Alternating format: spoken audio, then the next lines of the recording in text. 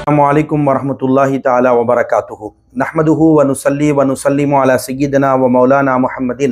رسولہ النبی الامین المکین الحنین الکریم الرؤوف الرحیم وعلی آلہ طیبین الطاہرین وصحبہ الکرام المتقین المخلصین وجمیع الاولیاء والصالحین وعلینا معہم اجمعین اما بعد۔ معزز ناظرین سامعین محترم، کل میں نے آقا علیہ السلام کی ولادت کے تعلق سے کچھ باتیں آپ کے گوشے گزار کیا تھا۔ آج حضور پاک علیہ السلام کے بچپن کے تعلق سے کچھ باتیں آپ کے سامنے رکھوں گا۔ ناظرین سامعین محترم، مکے کے معزز لوگوں کا یہ رواج تھا کہ وہ اپنے بچوں کو ماں کی گود میں پلتا دیکھنے کے بجائے صحرا میں رہنے والے قبیلوں کے پاس بچپن گزارنے کے لیے بھیجتے تھے، تاکہ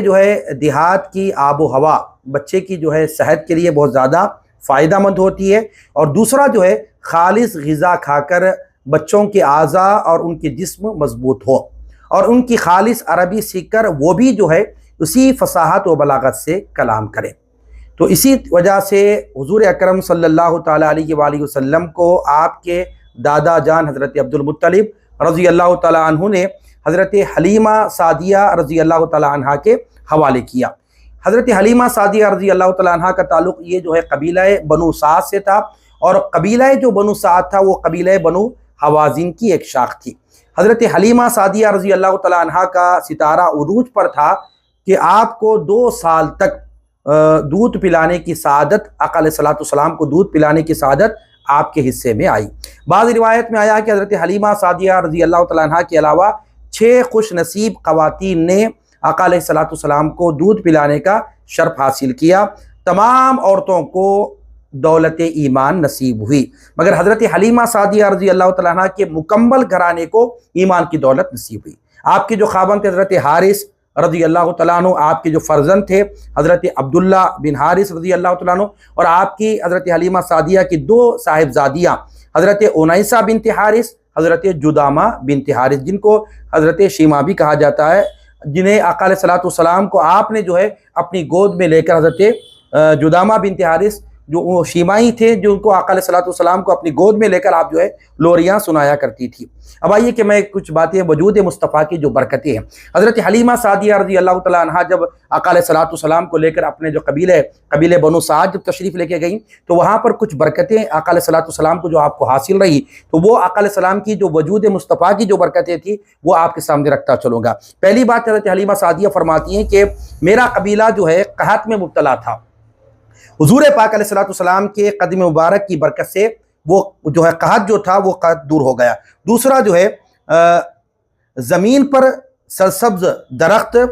اور زمین پر سرسبزی چھا گئی، اور درخت پھلدار ہو گئے، یعنی زمین جہاں پر سوکھی تھی وہ سرسبز و شادابی میں بدل گئی، اور دوسرا درخت پھلدار ہو گئے۔ اور ایک دن حضرت حلیمہ سعدیہ رضی اللہ تعالیٰ عنہ کے پاس ایک خاتون آئی، اور آ کر اس نے عرض کیا کہ اے حلیمہ سعدیہ، میں کیا دیکھتی ہوں کہ تمہارا حجرہ ہے ساری رات وہ منور رہتا ہے، کیا تم ساری رات چراغ جلائے رکھتی ہو، آگ جلائے رکھتی ہو؟ تو حضرت حلیمہ سعدیہ رضی اللہ تعالیٰ عنہ نے فرمایا کہ جب سے میں اس بچے محمد بن عبداللہ کو اپنے ساتھ اپنے گھر لائی ہوں، تب سے میں نے چراغ جلانا بند کر دیا ہے۔ یہ ساری گھر میں روشنی تم دیکھتے ہو وہ حضور پاک علیہ السلام کے چہرے مبارک کی برکت سے تھا۔ اور اس کے بعد اور ایک بات حضرت حلیمہ سعدیہ فرماتی ہیں کہ میرے پاس 7 بکریاں تھیں، اور وہ بکریاں جو دودھ دیتی تھی، سرکار دو عالم کی وجود کی برکتوں سے ایک دن کا جو دودھ ہوتا وہ 40 دن تک کے لیے ہمارے لیے کافی ہو جاتا، اور حتیٰ کہ رسول پاک کے قدوم مبارک کی برکت سے وہ 7 بکریاں جا کر 700 بکریاں ہو گئی تھی۔ اب آئیے کہ سرکار دو عالم کی بچپن مبارک کی کچھ ادائیں میں آپ کے سامنے رکھتا چلوں گا۔ حضرت حلیمہ سعدیہ فرماتی ہیں کہ جب آقا علیہ السلام کی عمر مبارک 2 ماہ کی ہوئی، صرف 2 ماہ کی عمر تھی آقا علیہ السلام کی، سرکار دو عالم صلی اللہ علیہ وسلم گھٹنوں کے بل چلنے لگے۔ 3 ماہ کی عمر میں اٹھ کر آپ سرکار دو عالم کھڑے ہونے لگے۔ 4 ماہ کی عمر میں دیوار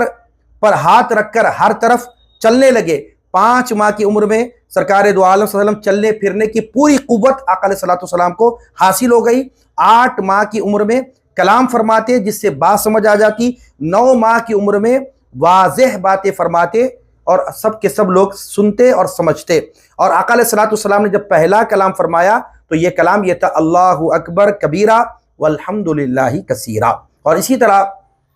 حضرت حلیمہ سعدیہ رضی اللہ تعالیٰ عنہ اپنے معاہدے کے مطابق جب 2 سال کی عمر ہو گیا آقا علیہ السلام کی تو آپ کو لے کر جو ہے مکہ المکرمہ تشریف لے گئیں اور آپ کی والدہ ماجدہ حضرت آمنہ رضی اللہ تعالیٰ عنہ کے حوالے کیا۔ حضرت بی بی آمنہ رضی اللہ تعالیٰ عنہ نے آپ کو بہت ہی انعام و اکرام کے ساتھ روانہ کیا، مگر اتفاق سے یہ ہوا کہ اس وقت مکہ المکرمہ میں ایک وبائی مرض جو ہے بڑی تیزی کے ساتھ پھیلنا شروع ہو گیا، جس کی وجہ سے حضرت آمنہ رضی اللہ تعالیٰ عنہ نے حضور اکرم صلی اللہ تعالیٰ علیہ وآلہ وسلم کو دوبارہ قبیلہ بنو سعد کی طرف حضرت حلیمہ سعدیہ رضی اللہ تعالیٰ عنہ کے پاس روانہ کر دیا۔ اس طرح جو ہے 4 سال تک آقا علیہ السلام قبیلہ بنو سعد میں آپ نے وہاں پر گزارا۔ حضرت عبداللہ بن حارث فرماتے ہیں کہ، اور حضرت شیمہ بھی کہتی ہے کہ جب ہم اپنے بھائی رضائی بھائی کو لے کر جب بکریاں چرانے کے لیے جاتے تھے، کہ سرکار دو عالم کی خواہش تھی کہ وہ بکریاں چرانے کے لیے جائے، یہ بھی ایک جو ہے انبیاء کرام کا طریقہ رہا کہ وہ اپنے بکریوں کو چرایا کرتے تھے، یہ بھی ایک خصلت تھی نبیوں کی، تو وہ بھی حضور پاک علیہ السلام کے اندر بچپن سے یہ پائی گئی کہ آقا علیہ السلام بکریاں چرانے کے لیے اپنی بھائی کے ساتھ گئے۔ تو حضرت عبداللہ بن حارث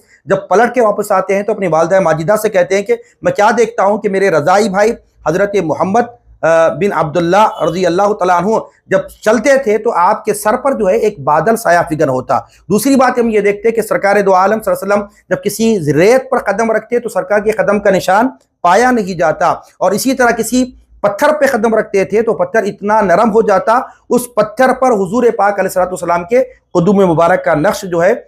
نظر آتا۔ اور اسی طرح جو جس جنگل میں جاتے تھے وہ جنگل ہرا بھرا ہو جاتا تھا، اور جنگل کے جانور آگے بڑھ کر آپ کے قدم مبارک کو چوما کرتے تھے۔ ہم نے آپ کے سامنے یہ جو سرکار دو عالم صلی اللہ علیہ وسلم کے بچپن کی کچھ واقعات کو میں نے آپ کے سامنے رکھا، اور اسی طرح جب 4 سال کی عمر کے ہوئے تو اس وقت حضور اکرم صلی اللہ تعالی وسلم کو پہلی مرتبہ آپ کا شق صدر ہوا۔ سرکار دو عالم صلی اللہ علیہ وسلم کی عمر مبارک میں پوری حیات طیبہ میں 4 مرتبہ آقا علیہ السلام کا شق صدر ہوا، پہلا 4 سال کی عمر میں، دوسرا 10 سال کی عمر میں، اور جو تیسرا جو ہے